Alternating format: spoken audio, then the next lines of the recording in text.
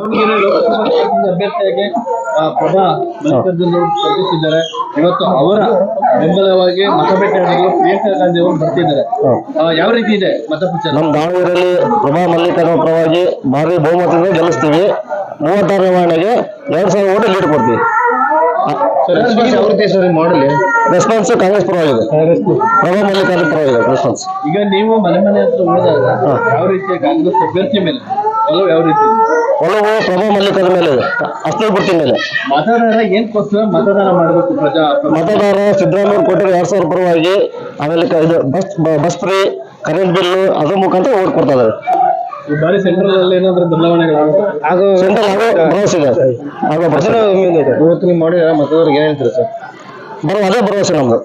ನಾವೇನು 2000 ಕೊಟ್ಟಿವೋ, ಆಮೇಲೆ bus free, ಆಮೇಲೆ ಕರೆಂಟ್ ಬಿಲ್ ಅದೆಲ್ಲ ಅದ್ರ ಮೇಲೆ ನಮ್ದು ಓಟ್ ಇಲ್ಲ. ಕಾಂಗ್ರೆಸ್ ಪಕ್ಷದ ಕೊಟ್ಟಂತ ಗ್ಯಾರಂಟಿಗಳು ನಿಮ್ಮ ಪಕ್ಷದ ಕೆಲಸಗಳು ಪಿ ಕೆ ಮಂಜುನಾಥ್ 36ನೇ ವಾರ್ಡ್.